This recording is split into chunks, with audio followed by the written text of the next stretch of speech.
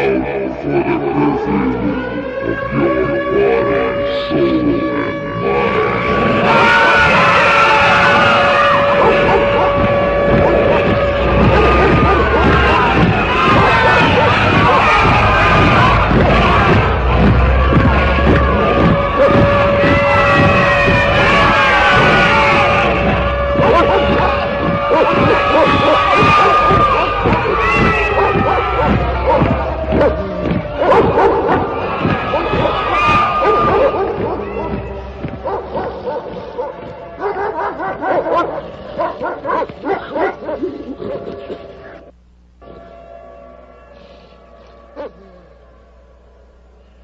Welcome once again, folks, to the Hour of the Time. I'm your host, William Cooper.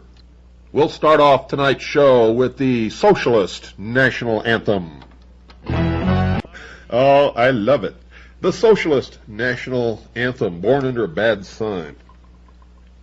Folks, tonight's episode of Mystery Babylon, the 18th hour, I'm going to take directly, verbatim, from Chapter 9 of A. Ralph Epperson's book called The New World Order. He's going to be a guest on this show soon, and you'll know why once you hear what we've got to say tonight. So pay attention. And remember, as always, just because I'm giving you this series on Mystery Babylon doesn't mean that you're supposed to believe what I'm telling you blindly. That's why I gave you the bibliography last night. You've got to go out and find the truth from your own research. And I'm the only one that ever tells you that. Everybody else wants you to believe verbatim what they say because they're saying it and they're who they are. And I'm telling you not to believe anybody, not even me, not even your own mother, unless you can verify it in your own work, your own research. Make sure that you do it too.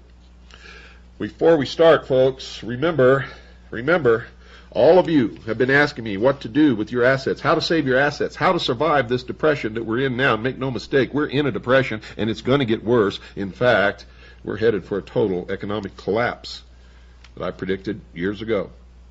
And I called the shots on this recession that went into a depression to the exact month when it would begin, and it began right on schedule exactly when I said it would. And I was the only one that told you the banks would not fail on December the 19th.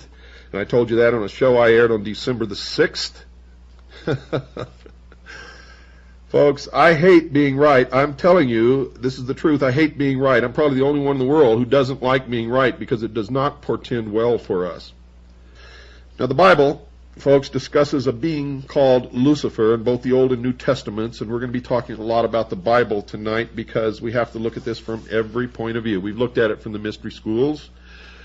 We've looked at it logically. We've looked at it historically. Now we're going to look at it from the Bible's point of view, but not strictly from the Bible's point of view. But you need to know this. The Bible discusses a being called Lucifer in both the Old and the New Testaments. Other names for this creature are Satan and the devil. One of the first explanations of just who this being known as Lucifer is found in the Old Testament in a book written by the prophet Isaiah, who wrote around 740 BC. He wrote that Lucifer was created full of wisdom and was perfect. He was created the anointed cherub that covereth the throne of God, and that he actually was upon the holy mountain of God. He later corrupted his wisdom by reason of his brightness. The Bible then records that God cast him to the ground. Isaiah wrote this in Isaiah chapter 14, verse 12. Quote, "How art thou fallen from heaven, O Lucifer, son of the morning? How art thou cut down to the ground, which didst weaken the nations?" Unquote. And folks, this was the very first recorded UFO sighting, if indeed it was a sighting at all. Notice that the fall of Lucifer weakened the nations of the world, and this will be examined in other chapters of this study. Quote, "For thou hast said in thine heart, I will ascend into heaven. I will exalt my throne above the stars of God. I will sit also upon the mound of the congregation in the sides of the north. I will ascend above the heights of the clouds. I will be like the Most High." Unquote.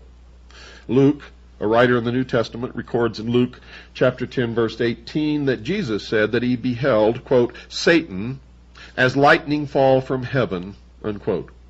Peter records in 2 Peter chapter 2 verse 4 that God has, quote, spared not the angels that sinned, but cast them down, unquote, as well. Paul, another New Testament writer, wrote this about Lucifer in 2 Corinthians chapter 11, verse 14, in about 57 A.D. Quote, and no marvel, for Satan is transformed into an angel of light, unquote. And in 2 Thessalonians chapter 2, verse 9, Paul wrote that Satan was capable of working, quote, lying wonders, unquote.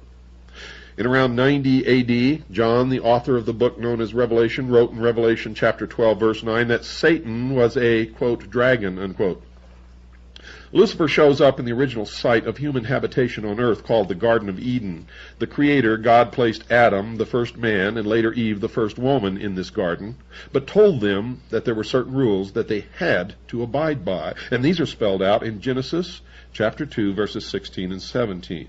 Quote, and the Lord God commanded the man, saying, of every tree of the garden thou mayest freely eat, but of the tree of the knowledge of good and evil thou shalt not eat of it, for in the day that thou eatest thereof thou shalt surely die, unquote. Later, Lucifer spoke through a serpent to Eve, but in reality to both men and women. Quote, yea, hath God said, ye shall not eat of every tree of the garden? And the woman said unto the serpent, we may eat of the fruit of the trees of the garden, but of the fruit of the tree which is in the midst of the garden, the tree of the knowledge of good and evil, God hath said, ye shall not eat of it, lest ye die. And the serpent said unto the woman, ye shall not surely die, for God doth know that in the day ye eat thereof, then your eyes shall be opened, and ye shall be as gods, knowing good and evil, unquote. So from the above information, it is possible to glean a little knowledge about the nature of Lucifer.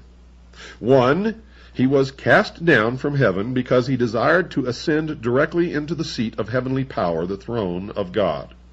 2, he is referred to as the son of the morning. This appears to be a reference to Lucifer being similar to the sun, which also rises every morning. His desire, number 3, his desire is to sit on the north side of the mountain of God. Lucifer can deceive the world. This is number 4. Lucifer can deceive the world because he has been transformed into an angel of light. And 5, Lucifer can work lying wonders. Now, with those basic understandings, folks, of Lucifer in place, it will be possible to examine the views of others about this fallen entity. However, not all agree with the picture of Lucifer being evil. For Albert Pike wrote this, quote, there is no rebellious demon of evil, our principle of darkness, and in eternal controversy with God, unquote. In fact, Mr. Pike believes that Lucifer was not a force of evil, but could be a force for good, and he wrote this in Morals and Dogma, which I forgot to give you yesterday in the bibliography. That's another one, write it down, folks. Morals and Dogma by Albert Pike. Morals and Dogma by Albert Pike. He wrote this in Morals and Dogma, quote, for the initiates, those initiated into the true secrets of Masonry, this is not a person but a force, created for good, but which may serve for evil, unquote. To further amplify that belief of Mr. Pike's, it becomes important to quote a letter that he wrote on July the 14th, 1889, to the 23 Supreme Councils of the world. Judging from the contents of this letter, it appears that Mr. Pike was attempting to tell the leaders of the various Supreme Councils all over the world that they were to know that Lucifer was the secret god of the Masons. This letter clearly indicates that he believed the position that Lucifer was a god who had come to earth for the good of mankind, and he wrote this, quote, that which we must say to the crowd is, presumably Mr. Pike meant that the crowd was all of the non-Masons of the public at large, that which we must say to the crowd is we worship a God, but it is the God that one adores without superstition, unquote. So it appears that one of the purposes of this letter was to advise all of the top-ranking Masons that they were to concoct a story that the Masons worshipped the traditional God so that none could ever accuse them of worshiping a cherub, a nun god, by the name of Lucifer. In other words, they were to deny that Lucifer was their god whenever an outsider was smart enough to break through all of the secrets and figure it out. Well, of course, folks, they're sworn to secrecy. They have to deny anything about the true secrets of their order. I mean, what kind of logic is this? That's plain as the nose on your face. You must understand that when you ask a Mason a question about Freemasonry, he's going to tell you a lie because he is sworn to secrecy, and he is sworn by blood oaths. And I know that by the time they've reached the 32nd degree, they've taken at least 32 different oaths swearing them to secrecy. Minimum. So, you should know this already. Now, let's continue, but I'm going to go back and read that part over. It appears that one of the purposes of this letter was to advise all of the top-ranking Masons that they were to concoct a story that the Masons worshipped the traditional God so that none could ever accuse them of worshiping a cherub, a nun god by the name of Lucifer. It's very important. In other words, they were to deny that Lucifer was their god whenever an outsider was smart enough to break through all of the secrets and figure it out, as I and many others have done, as a Ralph Epperson has done. So the secret inside the Masonic order is that Lucifer is their secret god. Any non-Mason today who attempts to explain to any of their Masonic friends or relatives that this is the secret inside the lodge will be met with an instantaneous denial. Every Mason, whether they know the secret of the lodge or not, will obviously deny the accusation because they must. Mr. Pike continued, quote, "You may repeat it to the 32nd, 31st, and 30th degrees. The Masonic religion should be by all of us initiates of the high degrees maintained in the purity of the Luciferian doctrine," unquote. You see, Albert Pike at that time was at the head of all the lodges of Freemasonry of the world, and at the head of the Scottish Rite of Freemasonry in the United States of America. Here Mr. Pike seems to indicate that it is the 30th, 31st, and 32nd degrees that are to be taught the Luciferian doctrine. The direct evidence that the honorary 33rd degree is formally taught that Lucifer is the great architect of the universe will be presented later. But here Pike seems to say that that lesson is to be taught at an earlier degree. Quote, "If Lucifer were not God, would Adonai, the God of the Christians and the Jews, and his priest calumniate," which is defined as spreading false and harmful statements about or to slander, would they calumniate him? Pike makes two incredible statements about Lucifer. One, he is considered to be a god, and two, the priests and the rabbis have it all backwards and are all slandering his name. As has been illustrated, the Bible states that Lucifer is nothing more than a fallen cherub. He's not a god. Yet Mr. Pike clearly states that Lucifer is a god. Now how can that be? And secondly, those who claim that he is the wicked one are slandering him. Those individuals have it all wrong.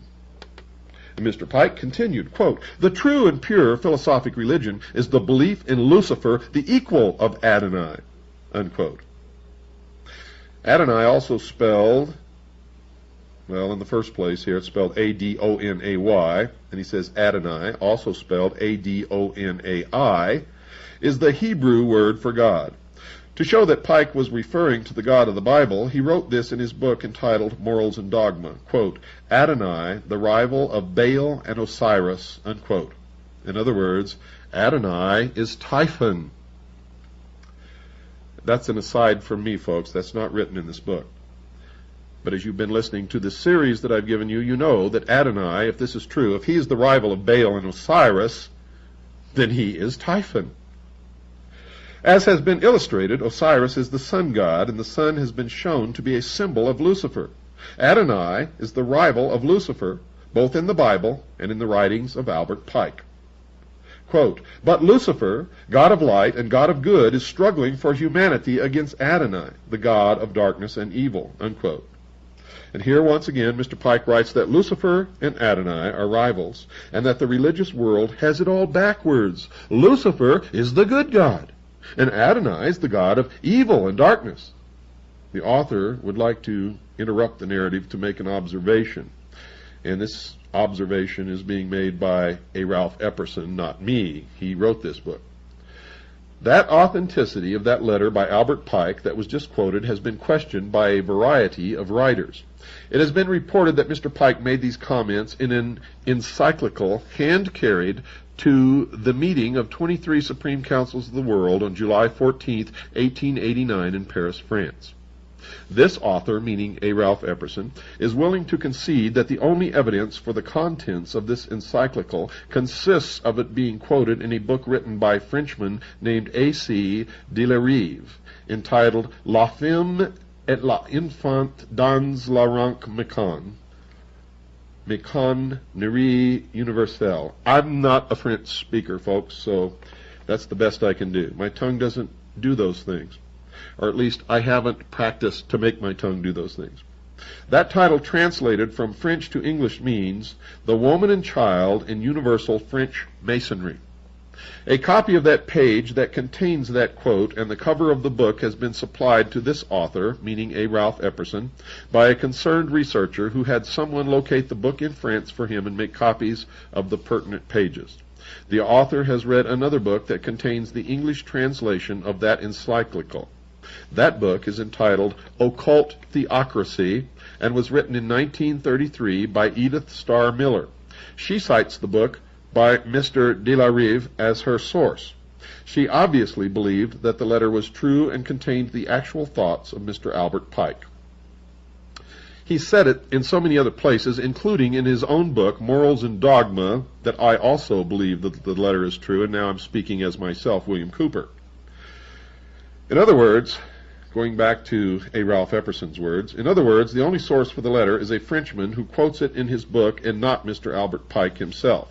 It must be assumed that Mr. Pike, if he were alive today and was asked whether the letter was his, would deny that he ever wrote such an encyclical, whether or not he had written it, because he must.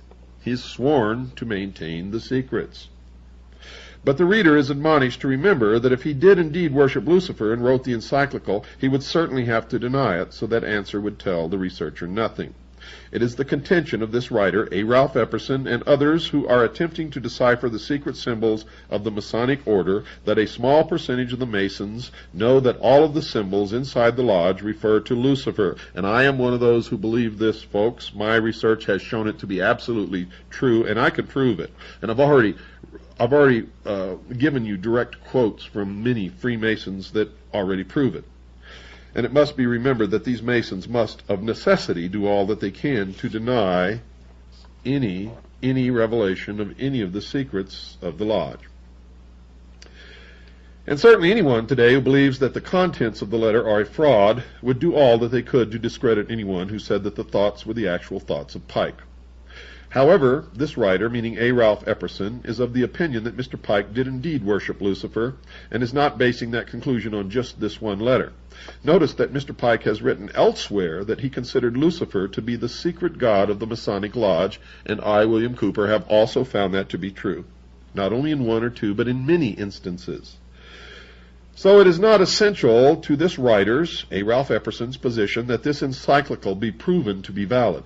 It is the author's contention that there is ample evidence from other sources, including from Masons other than Mr. Pike, that the secret god inside the Masonic lodges is Lucifer, and I wholeheartedly concur with Mr. Epperson. That evidence is available to anyone who cares to locate it. But there is another Mason who knows that Lucifer is the good god of a particular segment of the Masons. Pike's fellow 33rd degree Mason, Manly P. Hall, also felt that this God was a God of good. He wrote in his book entitled The Secret Teachings of All Ages, quote, "Sun worship played an important part in nearly all the early pagan mysteries. The solar deity was slain by wicked ruffians who personified the evil principle of the universe.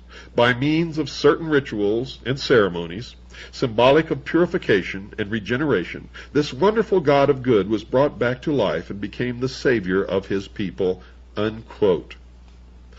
This God who came back to life is not the Jesus of the Bible, because Mr. Hall refers to him as the solar deity. He is referring to the death and resurrection of Osiris, covered in detail in the Masonic rituals, and I've already relayed to you who Osiris really is. In fact, in this series on the mystery religion, I've proven it time and time and time again. But Manly P. Hall has further identified Lucifer as the god of some of his fellow Masons. He has written this in his book entitled The Lost Keys of Freemasonry. It's one of the books that I gave you last night, folks. When the Mason, quote, when the Mason learns the key to the warrior on the block is the proper application of the dynamo of the living power, he has learned the mystery of his craft. The seething energies of Lucifer are in his hands, and before he may step onward and upward, he must prove his ability to properly apply energy, unquote. Mikhail Bakunin, the Russian anarchist, also addressed this question of evil and good gods, and he wrote, quote, the evil one is the satanic revolt against divine authority, revolt in which we see the fecund, defined as being fertile, germ of all human emancipations, the revolution. Socialists recognize each other by the words, in the name of the one to whom the great wrong has been done. Satan, folks, is the eternal rebel, the first freethinker, and the emancipator of worlds. He makes men ashamed of his bestial ignorance and obedience. He emancipates him, stamps upon his brow the seal of liberty and humanity, in urging him to disobey and eat of the fruit of knowledge, unquote. You see, I've been telling you all along that socialists and the mystery religion of Babylon are the same, and now, in his book, A. Ralph Epperson has proven it. That thought, that Lucifer was a good spirit to whom a great wrong was done, is the basic thought that holds the New Age together, according to Tex Mars, the author of 2 major books on the subject. And he has written, quote, many New Agers commend Lucifer because by tempting Eve he enabled man to evolve toward enlightened knowledge and godhood, unquote. Remember I told you that with the gift of intellect, man will develop technology that will make him God?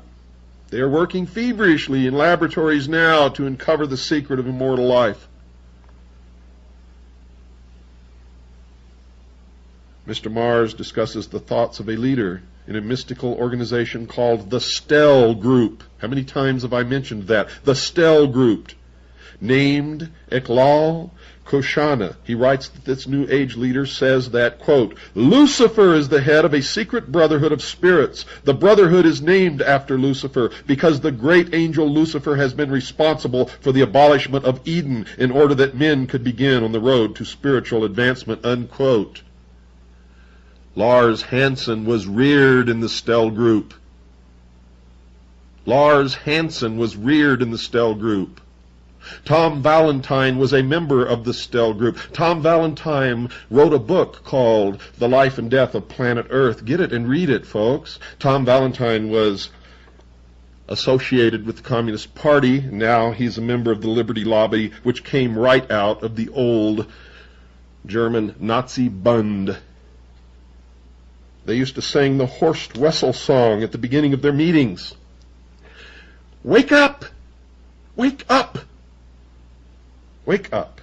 Why do you think every time somebody calls Tom Valentine and asks him about Freemasonry and their complicity in the conspiracy, he covers it up and hangs up on the person as quickly as possible and denies that there's any complicity of Freemasonry? Now this makes me a little hot under the collar. I've got to cool down a little bit, so we're going to take a break, folks. Don't go away. I'll be right back after this very short pause.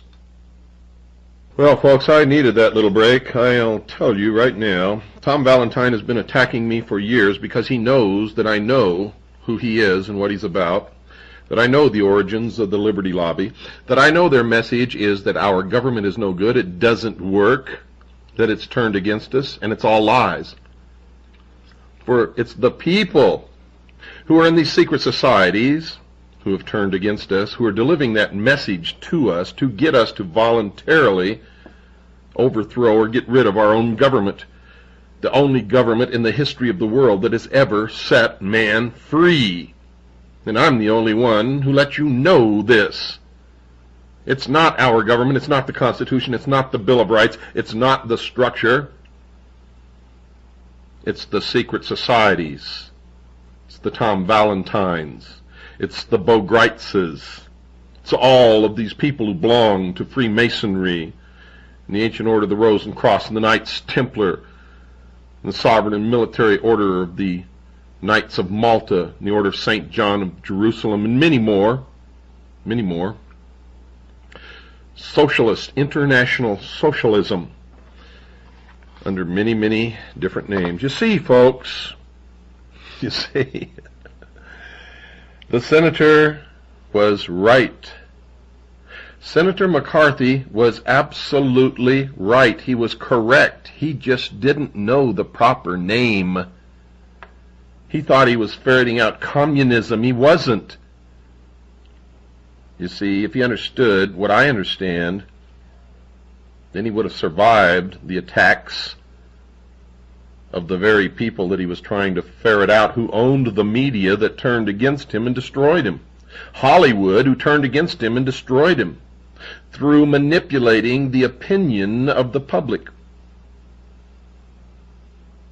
See, communism, folks, is just a word. It's another boogaboo enemy.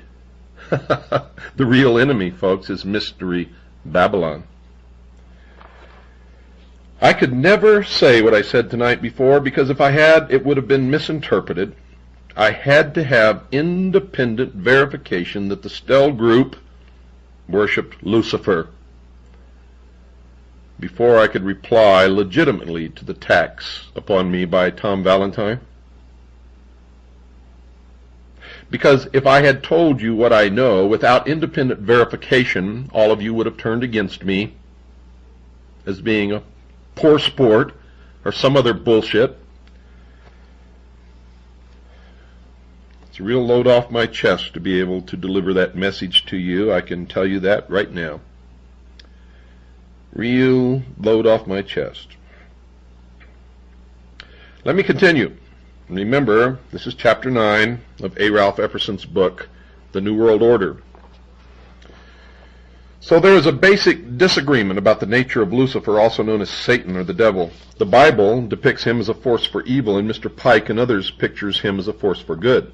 But the connection between Lucifer and the ancient mysteries needs to be further amplified. The mysteries had a purpose, to create a Superman. Where have you heard that before? Hitler said it, and they're working in secret in laboratories right now toward the same goal. The mysteries had a purpose, to create a Superman, one capable of understanding the true nature of the universe and to worship the true God. W.L. Wilmshurst, a Mason, wrote these thoughts in his book entitled The Meaning of Masonry. Quote, "This, the evolution of man into Superman, was always the purpose of the ancient mysteries, and the real purpose of modern Masonry is not the social and charitable purposes to which so much attention is paid, but the evolution of those who aspire to perfect their own nature and transform it into more godlike quality," unquote. And need I say as an aside here, what a Freemason said to a friend of mine who was his son? He said, "Son, if you are not one of us, you are nothing."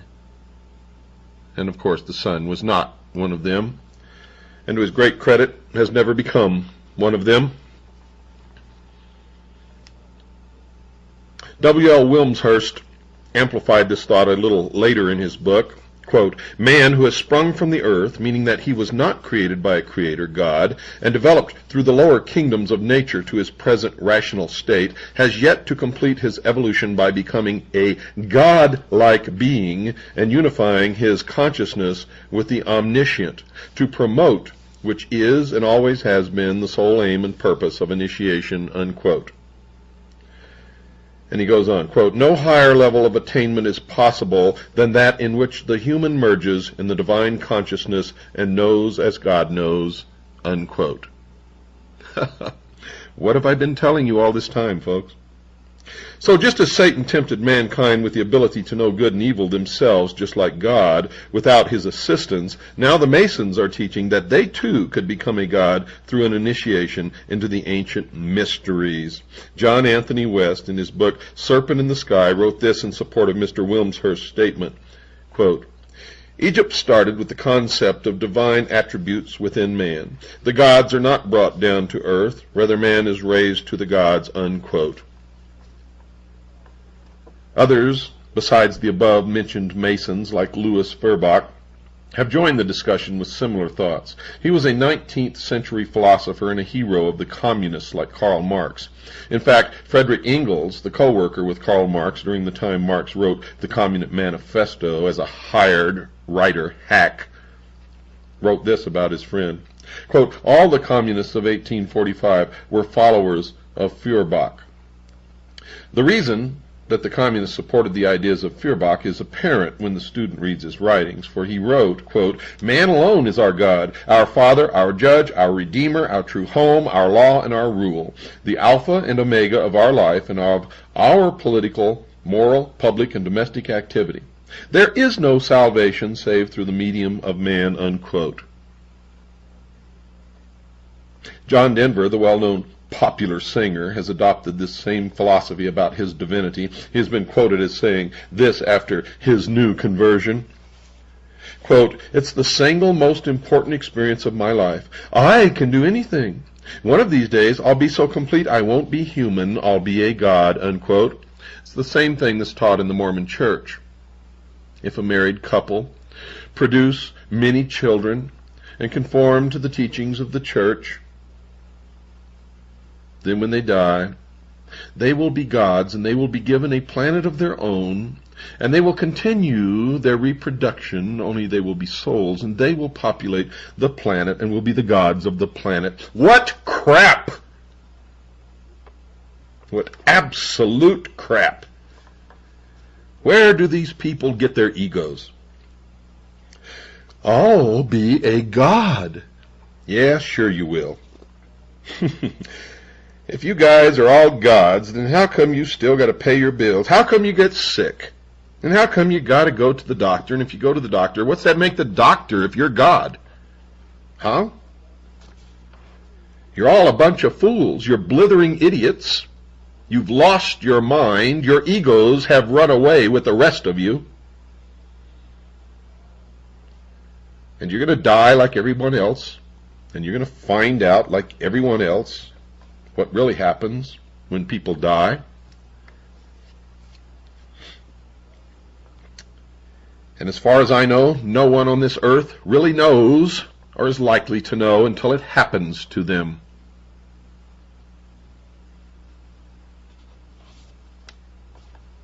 Put that in your pipe and smoke it. Mr. Hall, the Mason, stated a similar thought when he wrote this in his book entitled Lectures on Ancient Philosophy. Quote, we may study the star intellectually, but we have never attained consciousness until we are the star. Unquote. But this idea that man could become a god is not new. The Bible anticipated it, and Isaiah wrote about it back in 741 BC. This is what he wrote in Isaiah chapter 43, verse 10. Quote, thus saith the Lord, understand that I am he. Before me there was no God formed, neither shall there be after me. Unquote. And once again in Isaiah chapter 45, verse 5, quote, I am the Lord, and there is none else, there is no God beside me, unquote. And remember, all the Roman emperors declared themselves God, and they all died like every other man died, some of them by the assassin's sword or knife. God, yeah, boy, you guys just take the cake, I'll tell you. How you can meet and throw that baloney around to each other and swallow it and pump each other up to believe that you're gods or you're going to be gods is beyond my understanding. The Bible teaches that there is but one God and that mankind has no possibility of sharing his Godhead. One who apparently has not believed those statements in the Bible is Shirley MacLaine, who has become a spokesman for the position that man can become a god. She has written several books on the subject of her support of the New Age. Newsweek magazine described her as the New Age evangelist, and she wrote the following statement in her book entitled Dancing in the Light, quote, we are part of God, unquote, and this elsewhere in the same book, quote, if one says audibly, I am God, the sound vibrations literally align the energies of the body to a higher attunement, unquote. Yeah, I bet it does. Yep. Yep, I bet the insanity molecules take over every portion of the body, and you really all feel great until you have to go pay your rent. Or you catch the flu. Or somebody just knocks the crap out of you to try to bring you back to reality, which is exactly what should happen when you do those kinds of things. What's wrong with just living life peacefully with other people and enjoying what we have? What's the big thing that you have to become God? And I'll tell you right now, you never will. You might as well just, well, never mind. If you want to be God, go ahead. Go ahead. Go ahead.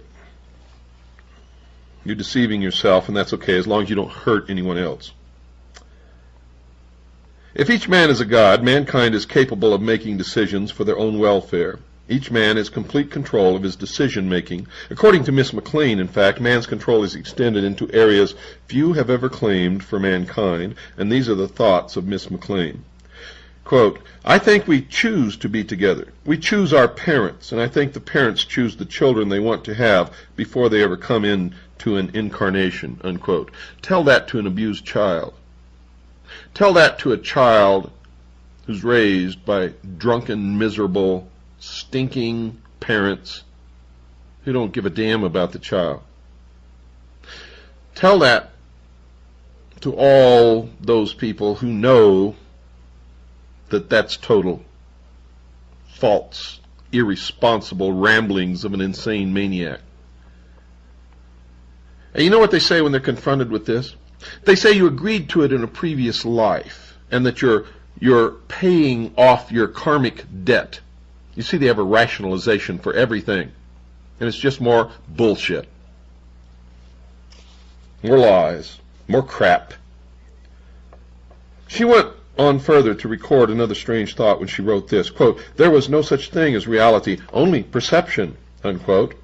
Well, Shirley, let me tap you on the jaw with my fist, and then you tell me that there's no reality. Of course, I don't really want to do that, folks, but that's just a way to bring her to her senses. If it were legal, I might try it. Might try it. Might wake her up. Might show her that her perception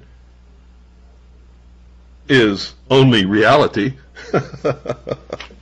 One can only wonder where Miss McLean got these bizarre thoughts from. Several clues that can assist the student in understanding her have been given by either her own revelations or from some articles that have appeared about her in the media.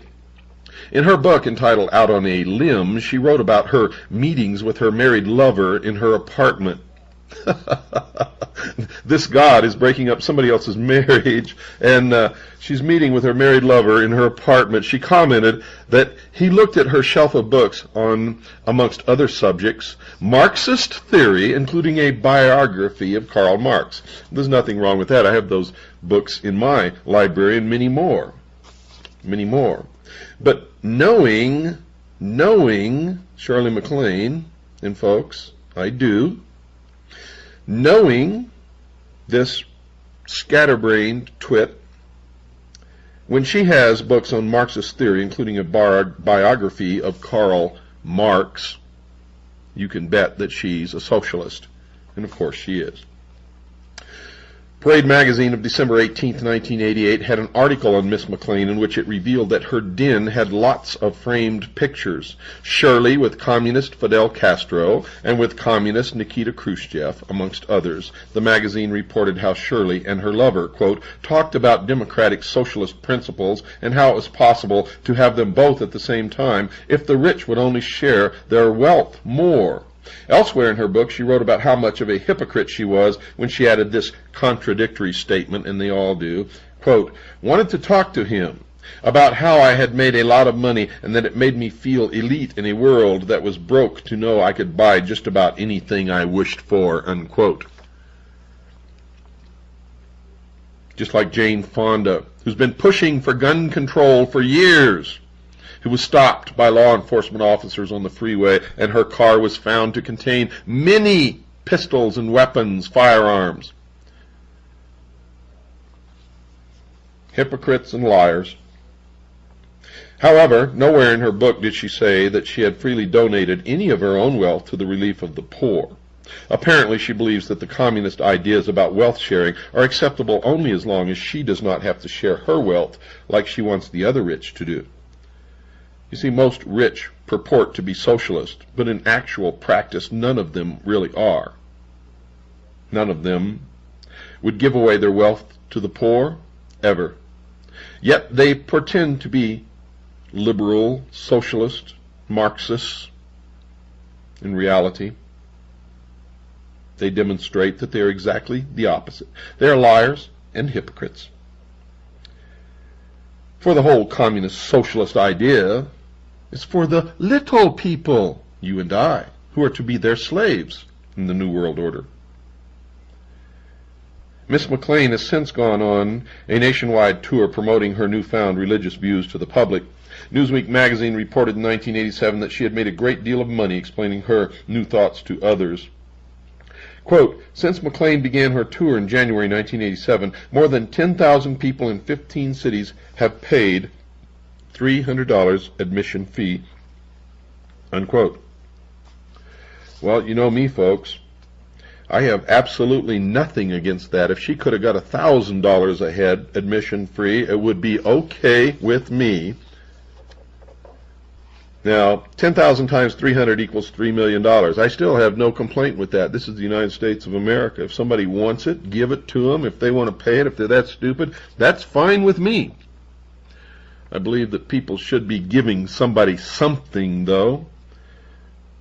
But I also believe that if they're stupid enough to pay it, then they should be taken.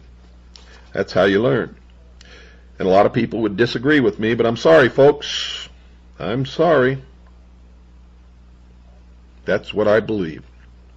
Obviously, Shirley's tours have proven to be both popular and lucrative. The Newsweek article on her seminar mentioned a little of what she teaches in them. The following are a few of her comments.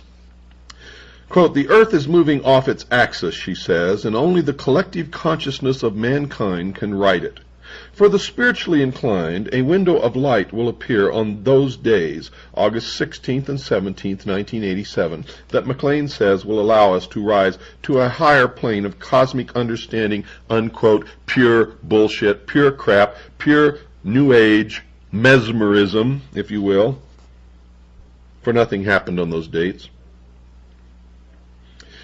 Evangelist McLean became Dr. McLean when she reported some of her new cures for two of the world's most serious medical problems, AIDS and cancer of the abdomen. According to the Newsweek article, she told her audience, quote, they, or those who paid to hear her in the 15 cities on the tour, all got to hear McLean's pronouncements on such subjects as AIDS.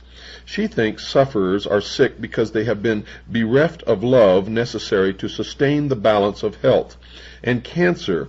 For cancer of the abdomen, she advises putting patients in a yellow room because yellow is the color frequency of that part of the body, unquote. More New Age mesmerism bullshit crap.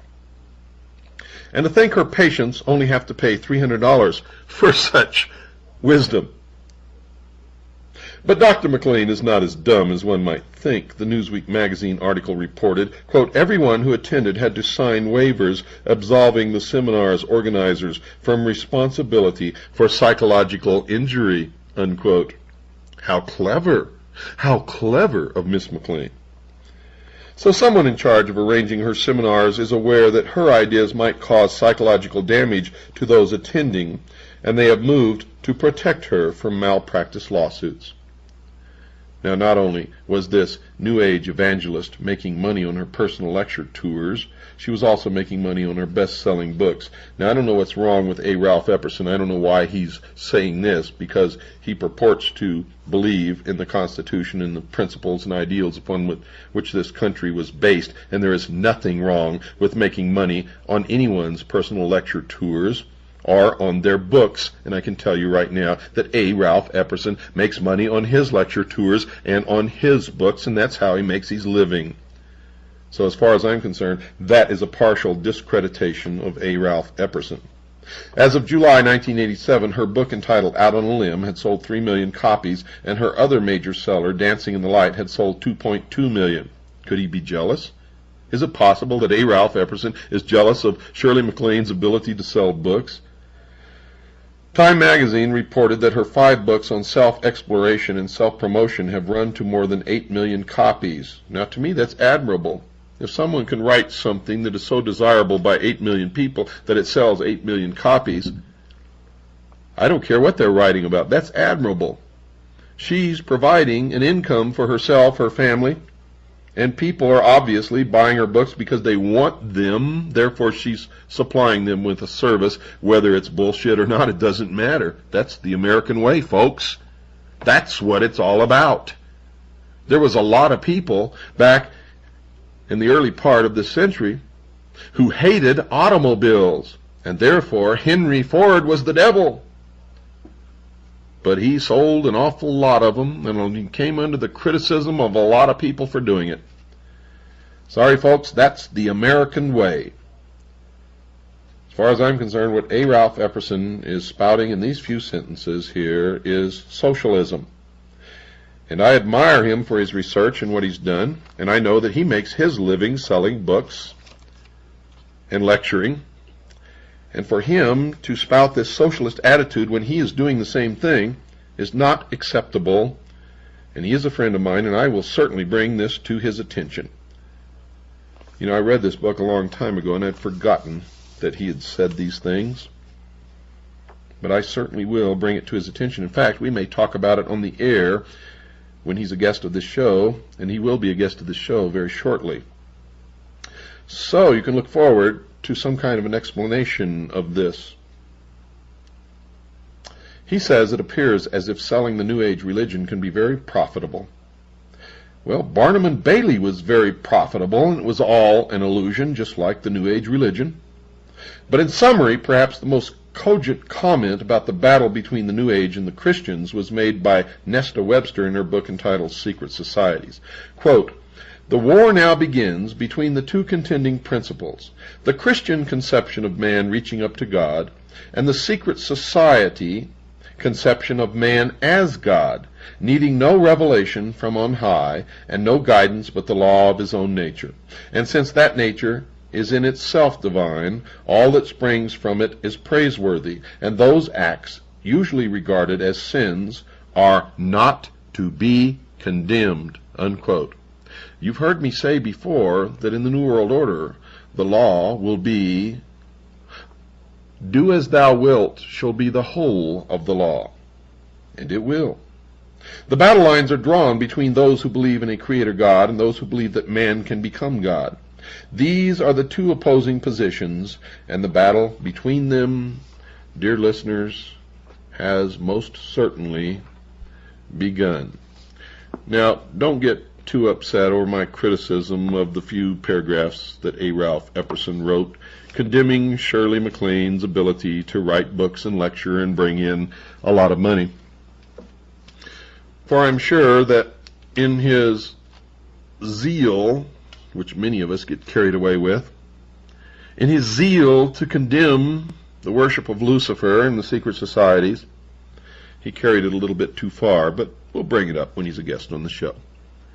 For I'm a little bit curious about it myself, but I haven't jumped off the edge. Let's put it that way. Good night, and God bless you all.